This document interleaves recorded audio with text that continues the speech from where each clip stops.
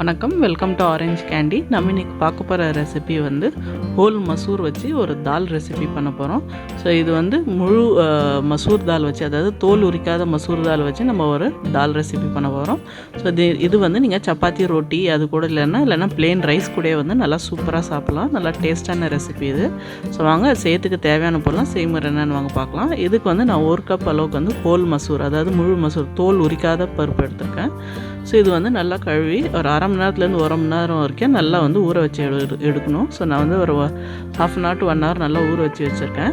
So இது வந்து முழுசாக தோலோடு இருக்குது. ஸோ அது தோலோடு சாப்பிட்டா தான் நம்மளுக்கு வந்து நல்லா சத்து கிடைக்கும். ஸோ இது மாதிரி ரெசிபி வந்து தோலோட பருப்பு யூஸ் பண்ணிக்கோங்க. அப்போ தான் ரெசிபி வந்து சாப்பிட்றதுக்கும் நல்லா டேஸ்ட்டாகவும் இருக்கும், நல்லா நியூட்ரிஷியஸாகவும் இருக்கும். ஸோ வாங்க இது எப்படி செய்யுதுன்னு வாங்க பார்க்கலாம் இப்போது. ஸோ ஃபஸ்ட்டு வந்து இந்த தால் செய்யறதுக்கு நம்ம எடுத்து வச்சுருக்க ஹோல் மசூரை வந்து வேக வச்சு எடுத்துக்கணும்.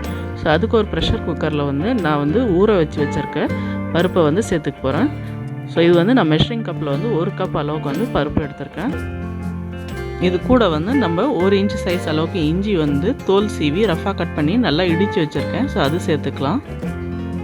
அது கூட வந்து ஒரு 12 பல் பூண்டு, 10லேருந்து 12 பல் பூண்டு எடுத்துங்க. அதுவும் வந்து இடித்து சேர்த்துக்குங்க. அது கூட வந்து 1/4 teaspoon அளவுக்கு மஞ்சள் தூள், தேவையான அளவுக்கு வந்து உப்பு சேர்த்துக்குங்க. இது கூட வந்து 2.5 கப் அளவுக்கு வந்து தண்ணி சேர்த்துக்குங்க. நீங்கள் எந்த கப்பில் வந்து பருப்பு அளந்து எடுத்துருக்கீங்களோ அதே கப்பில் வந்து 2.5 கப் அளவுக்கு வந்து தண்ணி எடுத்துக்கோங்க. இப்போ நம்ம இது மூடி போட்டுட்டு நல்லா ஒரு 4-5 விசில் வர வரைக்கும் நம்ம பருப்பு நல்லா வெந்து சாஃப்ட் ஆகிற வரைக்கும் வேக விட்டுடலாம். இப்போ பாருங்கள், நம்ம விசில் வந்துருச்சு, நல்லா பருப்பு வந்துருச்சு, ஸ்டீம் வந்து இறங்கிடுச்சு. நம்ம லிட் ஓப்பன் பண்ணிடலாம். நல்லா ஒரு 5 விசில்ஸ்க்கு அப்புறம் பருப்பு பாருங்கள் நல்லா வெந்து சாஃப்ட் ஆகிடுச்சு. ஸோ ரெடியாக இருக்குது. இப்போ வாங்க நம்ம வந்து பருப்பு வச்சு எப்படி ஒரு தால் ரெசிபி பண்ணுறதுன்னு பார்க்கலாம். ஃபஸ்ட்டு வந்து ஒரு கடாய் எடுத்துக்கோங்க. அதில் வந்து எண்ணெய் சேர்த்துக்கலாம். நம்ம 2 ஸ்பூன் எண்ணெய் வந்து நல்லா சூடாக இருந்தோம். அதில் வந்து 1 டீஸ்பூன் அளவுக்கு வந்து சீரகம் சேர்த்துக்கலாம். சீரகம் வந்து நல்லா பொரியட்டும். பொரிஞ்சதுக்கப்புறம் அதில் வந்து 1 வெங்காயம் வந்து பொடியாக நறுக்கி சேர்த்துக்கலாம். நம்ம இது கூட வந்து 2 பச்சை மிளகாய் வந்து நீட் வாட்டத்தில் நறுக்கி சேர்த்துக்கலாம். ஸோ வெங்காயம் வந்து நல்லா பிங்க் ஆகிற வரைக்கும் வதக்கிக்கலாம். நம்ம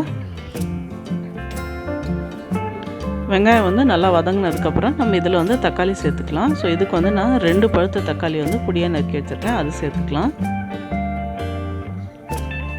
தக்காளியும் வந்து நல்லா வெந்து குழையட்டும். ஸோ அது வரைக்கும் நல்லா வதக்கிக்கோங்க. இது கூட வந்து நம்ம கொஞ்சமாக உப்பு சேர்த்துக்கலாம். ஸோ தக்காளி வந்து சீக்கிரமாக வெந்து குழஞ்சிடும். பாருங்கள், தக்காளி வந்து நல்லா வெந்து குழஞ்சிச்சு. இந்த ஸ்டேஜில் வந்து நம்ம இதுக்கு தேவையான மசாலாலாம் சேர்த்துக்கலாம். இதில் வந்து நான் வந்து 2 டீஸ்பூன் அளவுக்கு வந்து வீட்டில் அரைச்ச குழம்பு மிளகாத்தூள் சேர்த்துக்கிறேன். இன்கேஸ் இதுக்கு கிட்ட இல்லைன்னா நீங்கள் வெறும் மிளகாத்தூளும் மல்லித்தூளும் தனித்தனியாக சேர்த்துக்கோங்க.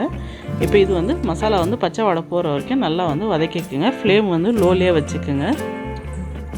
இப்போ பாருங்கள், மசாலாலாம் நல்லா வதங்கிருச்சு, பச்சை வாடை போயிடுச்சு. இந்த ஸ்டேஜில் வந்து நம்ம வேக வச்சுருக்க பருப்பை வந்து இதில் சேர்த்துக்கலாம். ஸோ சேர்த்துட்டு இது கூட வந்து 1 கப் அளவுக்கு வந்து தண்ணி சேர்த்துக்கலாம். தண்ணி சேர்த்துட்டு நல்லா மசாலாவோட சேர்த்து இது வந்து கலந்து விடுங்க. கலந்து விட்டு நம்ம மசாலாவோட நம்ம பருப்பு வந்து நல்லா வெந்து ஒரு கொதி வரட்டும். ஸோ அப்போ தான் வந்து அதோட டேஸ்ட் வந்து ரெண்டும் சேர்ந்து நல்லா சூப்பராக இருக்கும் சாப்பிட. இந்த ஸ்டேஜில் நல்லா மிக்ஸ் பண்ணி விட்டுட்டு உப்பு செக் பண்ணி பார்த்துக்கோங்க. உப்பு தேவைப்பட்டால் இந்த ஸ்டேஜில் வந்து உப்பு அட்ஜஸ்ட் பண்ணிக்கோங்க. இப்போ பாருங்கள், நல்லா ஒரு 5 minutes வந்து நல்லா கொதிச்சிருச்சு.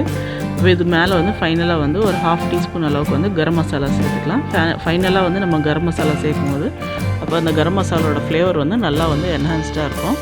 ஸோ இப்போ கரம் மசாலா சேர்த்துட்டு நல்லா வந்து கலந்து விடலாம். இப்போ பாருங்கள், மசாலாவும் பருப்பும் ஒன்றா சேர்ந்து நல்லா வெந்து நல்லா ஒரு கன்சிஸ்டன்சி வந்துருச்சு. ஃபைனலாக வந்து கார்னிஷிங்க்கு ஒரு 3 டேபிள் ஸ்பூன் அளவுக்கு வந்து ஃப்ரெஷ் கொத்தமல்லி வந்து பொடியாக நறுக்கி மேலே சேர்த்துக்கலாம். இதுவும் வந்து நல்லா கலந்து விட்டுடலாம். அவ்வளோதாங்க, சூப்பரான ஹோல் மசூர் தால் வந்து ரெடி ஆகிடுச்சு. இது வந்து நார்த் இந்தியாவில் காலி தால் இல்லைனா சாபுத் மசூர் தால்னு கூட சொல்லுவாங்க. ஸோ வாங்க இது வந்து நம்ம சர்வ் பண்ணிடலாம். இப்போ பாருங்கள், சூப்பரான டேஸ்டியான ஹோல் மசூர் தால் ரெசிபி வந்து ரெடி ஆகிடுச்சு. இது வந்து நீங்கள் சப்பாத்தி ரொட்டி இல்லைனா பிளெயின் ரைஸ் இது கூடலாம் எதுனா சாப்பிட்னா நல்லா சூப்பராக இருக்கும். இல்லைன்னா டயட் பண்ணணுன்னு நினைக்கிறவங்க, வெயிட் லாஸுக்கு நினைக்கிறவங்க கூட இந்த தாலை வந்து ஒரு பவுல் அளவுக்கு வந்து நைட்டில் டின்னராக எடுத்துக்கலாம். எந்த ரைஸும் சப்பாத்தி எதுவுமே இல்லாமல் எடுத்தால் கூட நல்லா ஃபில்லிங்காக இருக்கும். நல்லா வந்து நியூட்ரிஷியஸான ரெசிபி இது, நல்லா டேஸ்ட்டாகவும் இருக்கும். கண்டிப்பாக இந்த ரெசிபி ட்ரை பண்ணி பாருங்கள், உங்களுக்கும் பிடிக்கும்னு நினைக்கிறேன். ட்ரை பண்ணி பார்த்துட்டு எப்படின்னு வந்து கீழே கமெண்ட் செக்ஷனில் சொல்லுங்கள். அப்புறம் இந்த வீடியோ உங்களுக்கு பிடிச்சிருந்தா லைக் பண்ணுங்கள், ஷேர் பண்ணுங்கள். அப்புறம் மறக்காமல் எங்கள் சேனல் ஆரஞ்ச் கேண்டிக்கு சப்ஸ்கிரைப் பண்ணுங்கள். கூட வந்து பெல் ஐக்கனை ப்ரெஸ்